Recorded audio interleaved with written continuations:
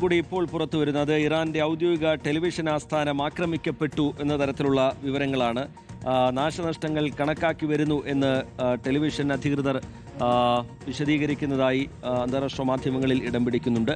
കഴിഞ്ഞ ജൂൺ മാസം നടന്ന സംഘർഷത്തിലും ഈ ആസ്ഥാനം ആക്രമിക്കപ്പെട്ടിരുന്നു. ആദിൽ പാലോട് അതിന്റെ വിശദാംശങ്ങൾ പങ്കുവയ്ക്കും. ആദിൽ, എന്താണ് പുറത്തു വരുന്ന വിവരങ്ങൾ? ആദിൽ, വളരെ പ്രധാനപ്പെട്ട ചില വിവരങ്ങൾ കൂടി പുറത്തു വരികയാണ്. മധ്യസ്ഥ ചർച്ചയുടെയും സമവായ ചർച്ചയുടെയും നീക്കങ്ങൾക്കിടെയാണ് പുതിയ ആക്രമണത്തിന്റെ വിവരങ്ങൾ കൂടി പുറത്തു വരുന്നത്.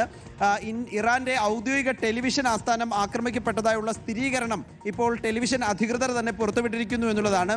നാശനഷ്ടങ്ങൾ ടെക്നിക്കൽ ടീം കണക്കാക്കി വരികയാണ്.